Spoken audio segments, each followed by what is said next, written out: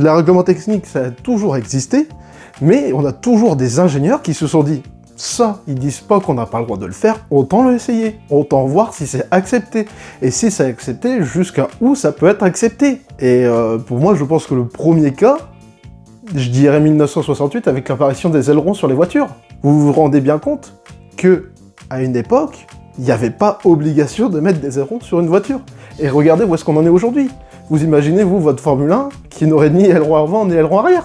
C'est pas possible. Donc on est bien arrivé sur un flou, à l'époque, en 1968, de la part de Lotus, qui s'est dit « rien ne m'interdit de foutre des ailerons pour améliorer l'appui de ma voiture, donc je fous des ailerons sur ma voiture. » Et finalement, ça a été accepté, c'est légal, et puis maintenant, c'est une norme.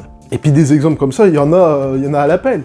Les jupes à effet de sol. Alors à la base, ça a été autorisé, ça a été par la suite interdit pour des raisons de sécurité, pas pour des raisons techniques, mais vraiment pour des raisons de sécurité, et finalement ça a même un impact sur les motoplaces depuis 2022, parce que ça reprend le principe d'effet de sol.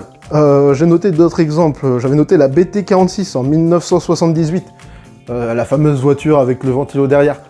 Sur le papier, la voiture, elle était légale. Et ça a été retiré suite à la pression des autres constructeurs vis-à-vis du patron de Brabham, qui était Bernie Ecclestone, et qui espérait devenir président de l'association des constructeurs. Et sinon, en soi, la voiture était légale. Il n'y avait pas le droit d'avoir un dispositif mécanique qui permettait de garder la voiture au sol, sauf si le dispositif avait une autre vocation.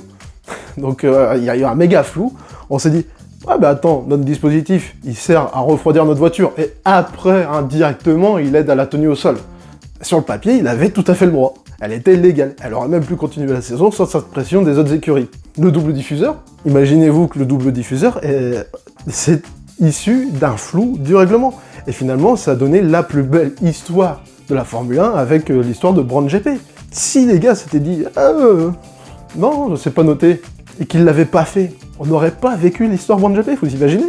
Ça aurait été triste, la Formule 1 aurait été triste.